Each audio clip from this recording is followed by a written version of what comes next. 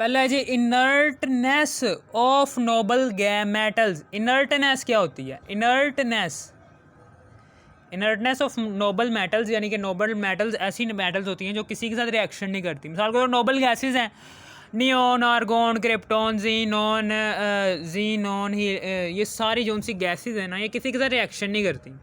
Helium, neon, xenon, जितनी भी हैं नोबल गैसेज जितनी भी हैं ना, वो किसी के साथ रिएक्शन नहीं करती क्योंकि इनके वैलेंस शेल में पहले से ही 8 इलेक्ट्रॉन मौजूद होते हैं, तभी तो वो शरीफ होती हैं, किसी से पंगा नहीं लेती। लेकिन नोबल मेटल्स क्या करती हैं? ये गोल्ड, सिल्वर, कोबाल्ट, प्लाटिनम, ये चारों जो सी होती हैं ये भी किसी के साथ रिएक्शन नहीं करती। ये भी नोबल मेटल्स ही हैं, ठीक है ना, किसी के साथ रिएक्शन नहीं करती हैं, ठीक है ना, जानबूझ के किसी से पंगे नहीं लेती हैं, ठीक है ना। ओके, ये स्टेबल आप कह सकते हैं, ठीक है। ओके, अब उसके बाद क्या है, मिसाल के तौर पर हम यहाँ पर मिसाल लेते हैं स्कैंडियम की। यहाँ पर हम मिसाल लेते हैं स्कैंडियम की। स्कैंडियम के आपको पता है कि नीचे एटमॉस्फेरिक, नीचे क्या आता है? Atomic number. ऊपर क्या आता है? एटॉमिक मास आता है, ठीक है, समझ आ गई होगी। अब एटॉमिक नंबर को हमने इलेक्ट्रॉनिक कन्फिग्रेशन में कैसे लिखना है? School, school, public school, public school, D, ठीक है ना। इसमें क्या होगा? एस ऑर्बिटल जो सा है वो हमेशा 1 से शुरू होता है, 1, हमेशा 1 से शुरू होता है, ठीक है। जो सा ये इलेक्ट्रॉनिक कन्फिग्रेशन है ना, ये हमेशा 1 से शुरू होती है। ये एस जो सा है ये हमेशा 1 से शुरू होता है, 1 2 3 4, ठीक है। फिर इसी तरह से पी जो सा है वो 2 से शुरू होता है, 2 3, ठीक है ना, 2 पी। फिर डी ऑर्बिटल जो सा वो 3 से शुरू होता है, 3। अब हम यहाँ पर इलेक्ट्रॉनिक कन्फिग्रेशन करेंगे, 2 2, एस में भी 2, एस में भी 2, पी में 6 और एस में 2, ठीक है ना। पी में 6 आते हैं, एस पी में 6 आते हैं, एस में 2 आते हैं, डी में 10 इलेक्ट्रॉन्स आते हैं और एफ शेल में 14 इलेक्ट्रॉन्स आते हैं, ठीक है ना। अब ये देखें, ट्रांजिशन एलिमेंट्स की बात कर रहा हूँ अब आगे। ट्रांजिशन एलिमेंट्स जो से होते हैं इनमें पार्शली फील्ड डी सबशेल होता है, यानी कि डी सबशेल क्या होता है? पार्शली फील्ड होता है, ठीक है ना, थोड़ा सा फील्ड होता है, ठीक है। डी सबशेल क्या है? इसमें 10 इलेक्ट्रॉन आ सकते थे, लेकिन यहाँ पर कितने आए हैं? यहाँ पर आए हैं सिर्फ 1 इलेक्ट्रॉन। 1 इलेक्ट्रॉन का मतलब क्या है? 9 इलेक्ट्रॉन इसमें आ सकते थे, यानी क्या फील्ड नहीं है। इसका मतलब क्या है? ये ट्रांजिशन एलिमेंट है। ट्रांजिशन एलिमेंट का मतलब क्या है? ट्रांजिशन मेटल क्या है? ट्रांजिशन मेटल है ये स्कैंडियम। स्कैंडियम इसके आखिर में मीम आ रहा है, इसलिए ये मेटल है, ठीक है, समझ आ गई। स्कैंडियम है ये। अब उसके बाद इलेक्ट्रॉनिक कन्फिग्रेशन का फार्मूला मैं आपको बता देता हूँ क्या होता है। वो ये होता है,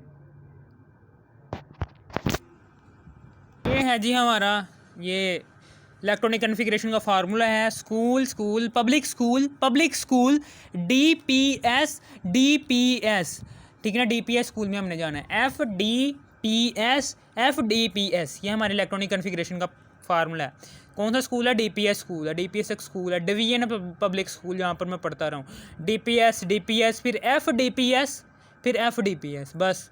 अब यहाँ पर जो सी स्कूल है वो हमेशा याद रखना कि 1 से उसका नंबर शुरू होता है, 1 से हमेशा शुरू होता है, 1 2 3 4 5 6, फिर ये 7, फिर 8। फिर इसी तरह जो सा पी है वो हमेशा 2 से शुरू होता है, 2 3 4 5 6, ठीक है, 7 8। और जो सा डी है वो 3 से शुरू होता है, ठीक है ना, 3 से। यहाँ पर ये डी है ना, 3 4 5 6। और एफ सबशेल जो सा वो 4 से शुरू होता है, 4 और 5, 2 है ना, 4 और 5, बस। या आपने लिख लेना, ये इलेक्ट्रॉनिक कन्फिग्रेशन का फार्मूला है। और एस शेल में 2 इलेक्ट्रॉन ज़्यादा से ज़्यादा आ सकते हैं, पी शेल में ज़्यादा से ज़्यादा 6 इलेक्ट्रॉन आ सकते हैं, और डी शेल में ज़्यादा से ज़्यादा 10 इलेक्ट्रॉन आ सकते हैं, एफ शेल में ज़्यादा से ज़्यादा 14 इलेक्ट्रॉन आ सकते हैं, ठीक है, ये भी हमेशा याद रखना। 4th 5th और 6th पीरियड में, 4th 5th और 6th पीरियड जो उनसे हैं, जैसे उन्होंने दिखाया है वहाँ पर 10-10 एलिमेंट्स हैं। वो 10-10 एलिमेंट्स कौन से हैं? ट्रांजिशन एलिमेंट्स हैं, ठीक है ना। ट्रांजिशन मेटल्स, ट्रांजिशन एलिमेंट्स, कुछ भी कह सकते हो। उसमें हमने सबसे पहले प्रॉपर्टीज़ की बात कर रहे हैं हम, सिल्वर की और गोल्ड की, ठीक है ना। ये पार्ट 1 है किसका? इनर्टनेस ऑफ नोबल मेटल्स, ठीक है। इनर्टनेस क्या होती है? Non reactive. इनर्टनेस का मतलब क्या है? नॉन रिएक्टिव, किसी से रिएक्शन नहीं करती, ठीक है ना। इनर्टनेस का मतलब क्या है, नॉन रिएक्टिव, किसी के साथ रिएक्शन ना करना, उसे कहते हैं इनर्टनेस। अब सिल्वर जो सी होती है ये वाइट लस्टरस मेटल होती है। लस्टरस का क्या मतलब है, चमकदार। ये सफ़ेद चमकदार मेटल होती है।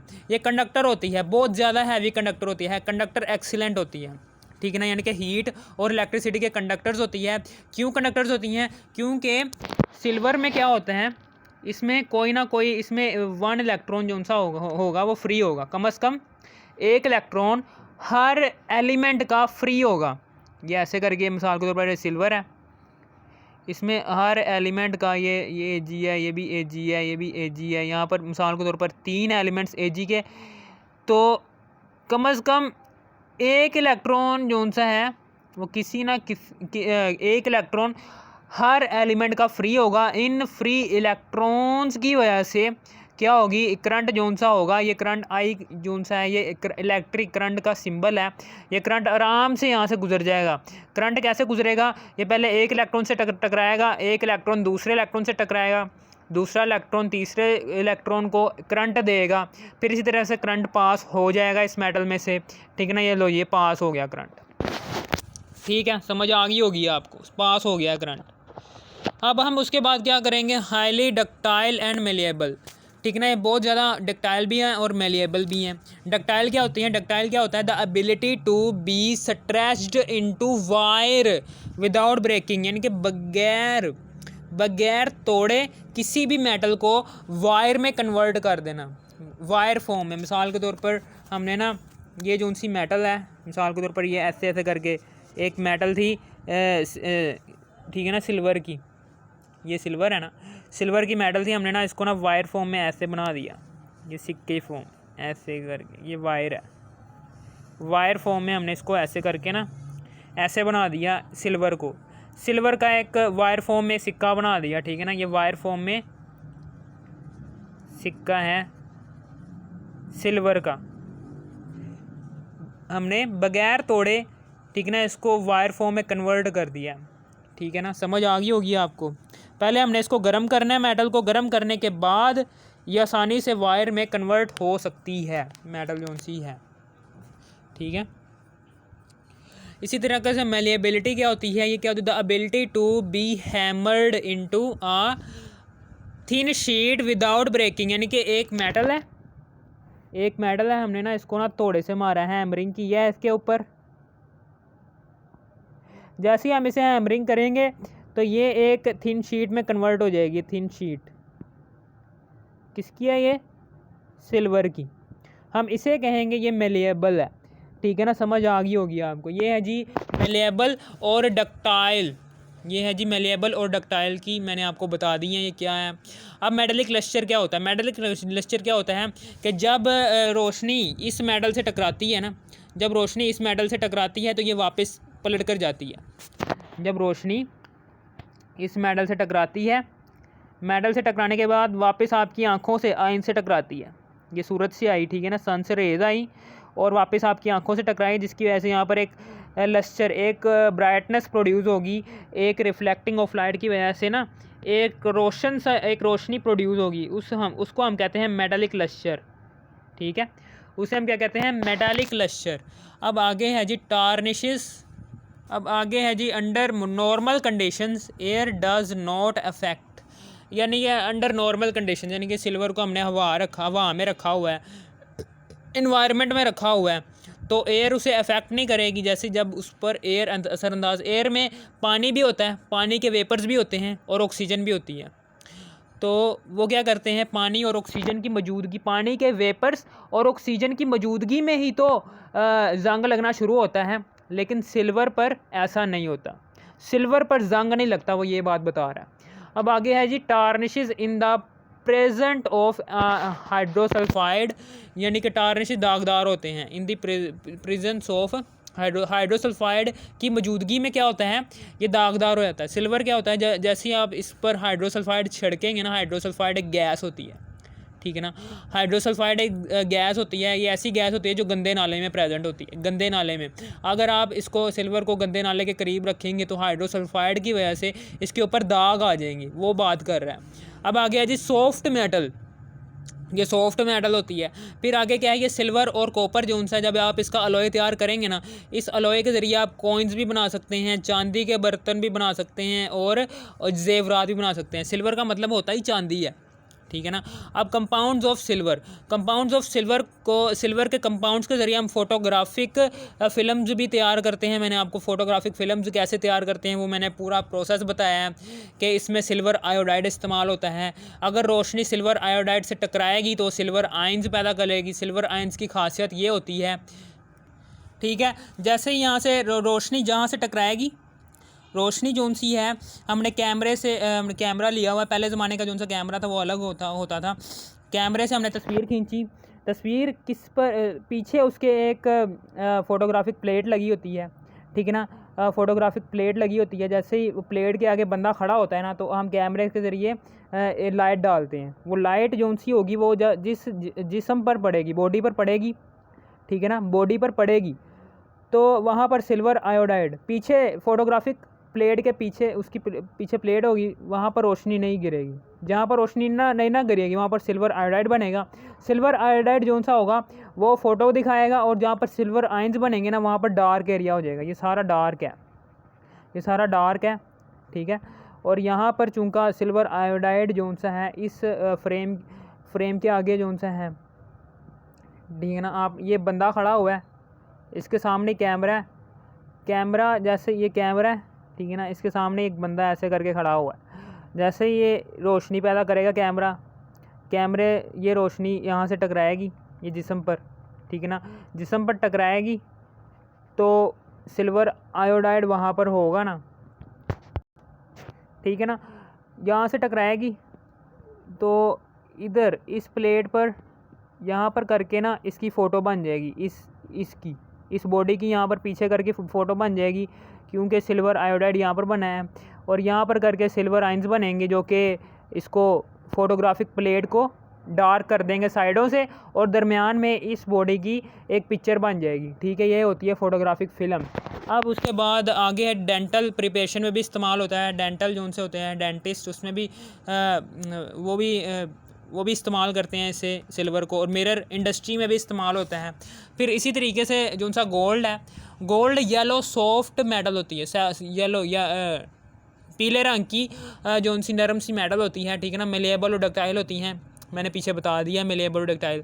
अब यहाँ पर क्या होती है, गोल्ड है, उसकी मिलेबिलिटी कर रहे हैं कि 1 ग्राम गोल्ड जो सा होता है ना, 1 ग्राम गोल्ड वो 1.5 किलोमीटर लॉन्ग वायर बना सकता है।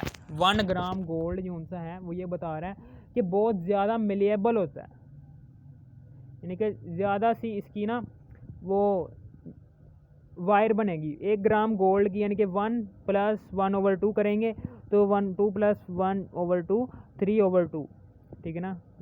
तो 1.5 किलोमीटर जो सी है ये क्या बनाएगा, वायर बनाएगा, 1.5 किलोमीटर की वायर बनाएगा। अब हम उस वायर का एक सिक्का बना देते हैं, ऐसे करके उसको लपेट करना, ऐसे करके ना उसका एक गोल्ड का सिक्का। चांदी के सिक्के पहले ऐसे ही बनते थे, और गोल्ड के सिक्के, सॉरी ये गोल्ड है, तो गोल्ड के सिक्के पहले ऐसे ही बनते थे।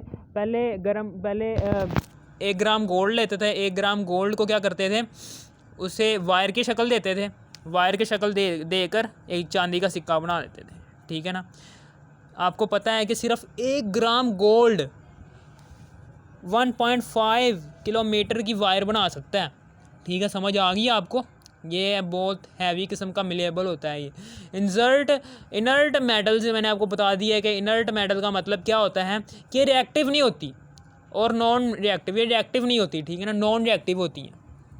ये वाली मेटल जो सी होती गोल्ड, ये नॉन रिएक्टिव होती है। नॉट अफेक्टेड बाय एटमॉस्फेयर में इस पर जंग नहीं लगता, गोल्ड पर जंग नहीं लगता, ठीक है, इस पर जंग भी नहीं लगता, क्योंकि गोल्ड में आयरन एलिमेंट इसमें प्रेजेंट नहीं होता जिस पर जंग लगता है। इसलिए गोल्ड पर ना तो जंग लगता है, ना ये रस्ट प्रोसेस से गुजरता है, ठीक है ना, वो ये बात बता रहा है। Not affected by any single mineral acid और बेस, यानी कि ये सिंगल एसिड का इस पर कोई असर नहीं होता, सिंगल बेस का इस पर कोई असर नहीं होता, ठीक है, ये भी बात याद रखनी है। सिर्फ और सिर्फ नाइट्रिक एसिड प्लस HCl, ये आपकी इन्फॉर्मेशन के लिए। जब आप इसका मिक्सचर बनाएंगे ना तब इस पर उंडेलेंगे तब ये गोल्ड पर असर करेगा। अदरवाइज सिंगल एसिड और सिंगल बेस, सिंगल एसिड और सिंगल बेस यानी कि एक ही बेस और जब आप इसके ऊपर डालेंगे तो AU गोल्ड पर कोई कुछ असर नहीं होगा। जब सिंगल बेस, एक ही बेस अगर आप गोल्ड पर डालेंगे तो फिर भी कोई असर नहीं होगा। अगर आप दो एसिड्स साथ ही डाल देंगे ना, नाइट्रिक एसिड और हाइड्रोक्लोरिक एसिड का मिक्सचर, तब इस पर असर पड़ेगा। ठीक है, समझ आ गई होगी। ऑर्नामेंटल मेटल है, ये एक जेवरात बनाने वाली मेटल है। ठीक है ना। मेकिंग कॉइन्स भी बनाते हैं, मैंने आपको बता दिया कैसे कॉइन्स बनाते हैं। टू सॉफ्ट, बहुत ही नरम है। और alloyed with copper silver, copper silver के साथ इसका अलॉय बनता है बाकायदा मेटल का। ठीक है ना। और दूसरी मेटल्स के साथ भी इसका अलॉय बनता है। ठीक है, ये अलॉय भी बन सकता है गोल्ड का। ठीक है ना, समझ आ गई आपको। ये थे कुछ पॉइंट्स हैं इंपॉर्टेंट मैंने आपको बता दिए हैं कि क्या क्या है नोबल मेटल्स के बारे में। इसका पार्ट 1 है, पार्ट 2 भी बनेगा। ठीक है, वो भी ज़रूर देख लेना।